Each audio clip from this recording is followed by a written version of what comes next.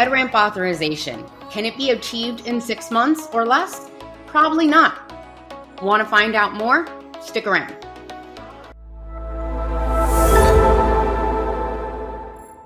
Hey everyone, this is Gabriela Smith-Sherman. I am the GRC director here at MindPoint Group and oversee all things governance, risk, and compliance.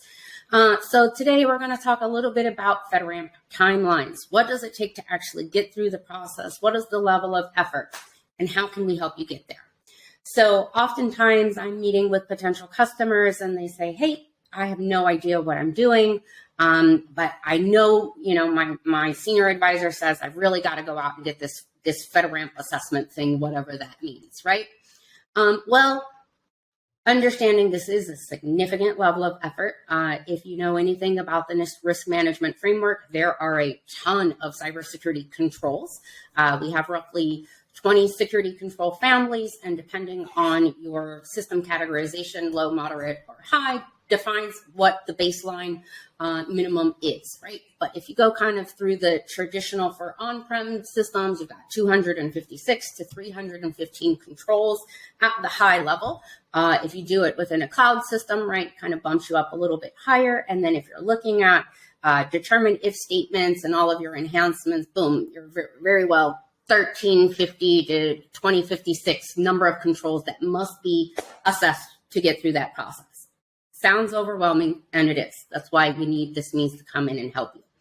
Well, so going through that process, let me help you understand kind of the timelines. If you were to sign up with MindPoint Group and you wanted us to conduct a gap assessment where we kind of tell you the level of maturity of your program, your security posture, and kind of work with your team to understand and collect all of those documents. So typically, MindPoint Group comes in, we do that assessment, we do interviews with the designated personnel. We're on a very tight timeline to kind of turn this stuff around. We tell people it takes us about 2 weeks for level of effort to get through a gap assessment. Well, what does that really mean? 2 weeks means you've got a perfect world scenario where you have all of your dedicated SMEs sitting down with us, conducting those interviews, and you have all of your documentation readily available in either a SharePoint repository or kind of like a defined way for us to have access to all of that content.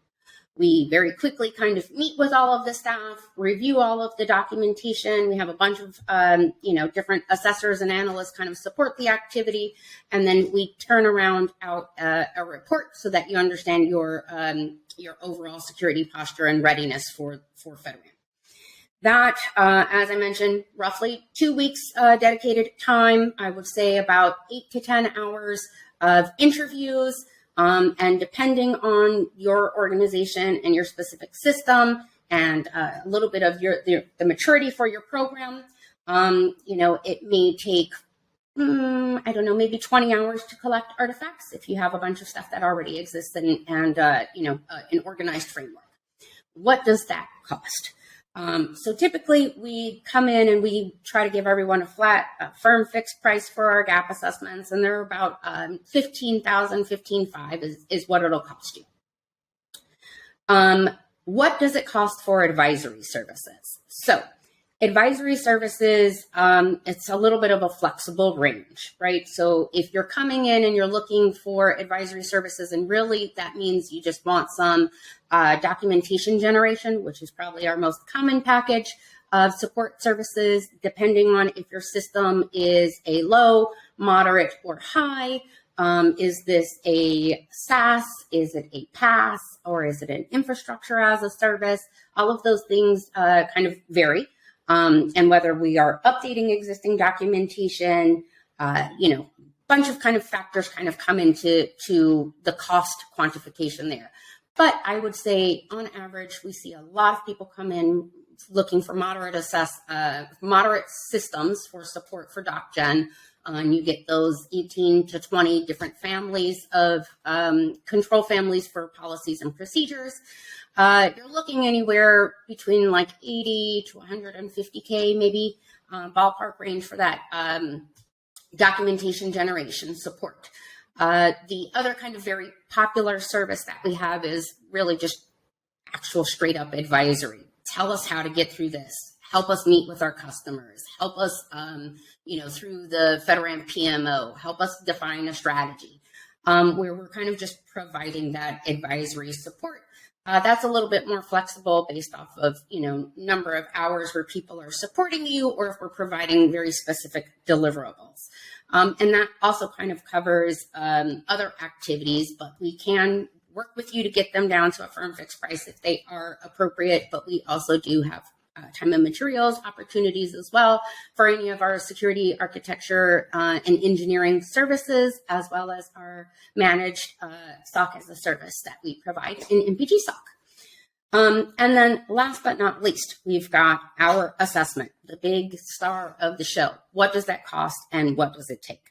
So the JAB assessment takes a long time to get through that process, and we've got a bunch of different players that we've got to coordinate with.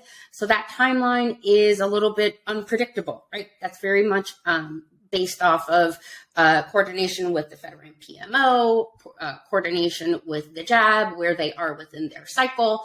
But the actual assessment itself, again, perfect world scenario, I'd say it takes us about 6 weeks. Does it ever happen in that time frame? Absolutely not. That requires, obviously, once again, those dedicated SMEs. We've got to coordinate, schedule activities to conduct those interviews, collect all of that artifacts and evidence. Hopefully there's, nothing crazy going on organizationally, to be able to kind of meet with all of the right players and get, access to all of those activities, clarify any questions on those implementation statements, coming back through and doing validation. One thing that a lot of people actually don't think about is when you're going through that pen test, right? Making sure that we have all of the accounts access that we need to all of the systems, and running through if there's any validation testing that may be required. Real life story, it can take almost up to 6 months to get through the full engagement, completion of testing, receiving that deliverable, validating all of the information in the draft before we finalize it, and then coordination back over to you and closing out the loop with FedRAMP PMO.